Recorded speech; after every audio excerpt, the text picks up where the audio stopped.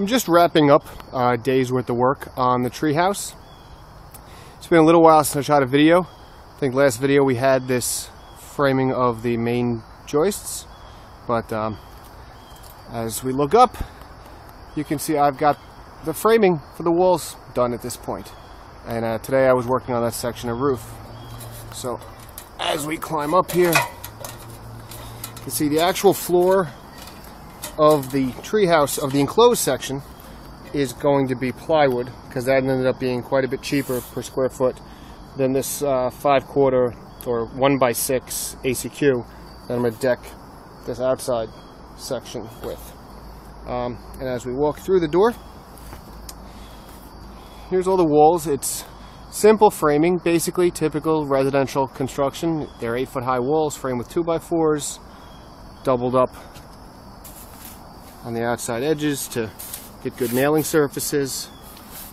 And like this inside one is just nailed and nailed and nailed. It's all done with a framing gun, all galvanized nails. So should be pretty good. This is just typical Doug fir. This is all going to get enclosed. I don't like working with ACQ, so I figure when I enclose this, it should be alright. If this was a real house, I would go with additional plates at the bottom and the top. You'll notice I only have a single plate. That's because it's a treehouse, so I'm trying not to go absolutely crazy. I'm going a bit overboard, but within my own head, I'm keeping it reined in a little bit. You can see here what I'm doing at the inside corners. I haven't gotten all the corners yet, but I'm putting just a little bit of strapping in the corners just to reinforce it. But quite frankly, having a 2x nailed to a double 2x along its 8-foot length, I'm not terribly concerned with the corners coming apart, but I figured that a little bit of reinforcement, you see the one down there in the corner, a little bit of reinforcement in the corners should be more than enough to take care of it. Here you can see the window opening, and that's for the window I previously filmed, the one I made for my uncle's treehouse that never got installed in his treehouse. I still need to put the little half studs below and above it.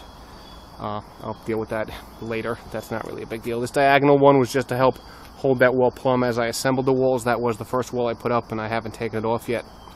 What I did today, I don't know if you can see right there, that's the center mark. And you can see the nail fasteners. You can even see the nails sticking up the top. So what I did today was I nailed a board on that center mark, and I ran a board from this edge up to it, a board from that edge up to it, and I defined where I wanted the basic ridge to be if it was a symmetrical roof.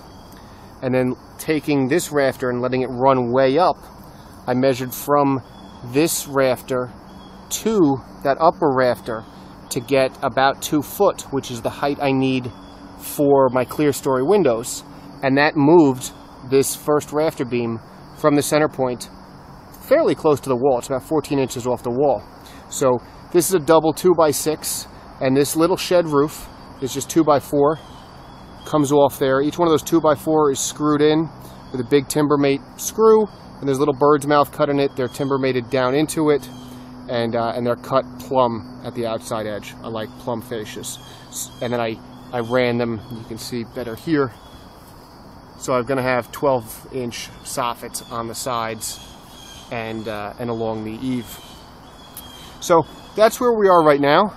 What I'm going to do next is on this 2x6 beam, I'm going to frame a 24-inch wall up, and then from the top of that wall, as I reposition the camera, we'll take from the top of that wall and run down, hit this wall here, and then another 12 inches past, and I'll simply take this inside corner and kind of cut it into that pitch of the rafters. I'm not going to change the pitch or anything there. So that's where we stand now. I got a little bit of a late start in the day, and I spent quite a bit of time doing that final infield design work. I knew what I wanted to do, but I didn't know what all the sizes would be. So that's where we stand right now. It's not up to any of the currently crazy hurricane codes, but everything is screwed together very well. It doesn't move. You see, I'm moving the whole wall, but I'm not moving any of these little rafters. They're not going anywhere, so I'm not going to go crazy with Ticos and things like that. We'll leave well enough alone, and once I skin this with plywood, that'll knit it together even more. So that's where we are with the treehouse right now. We'll hopefully next weekend we'll get some more work done on it.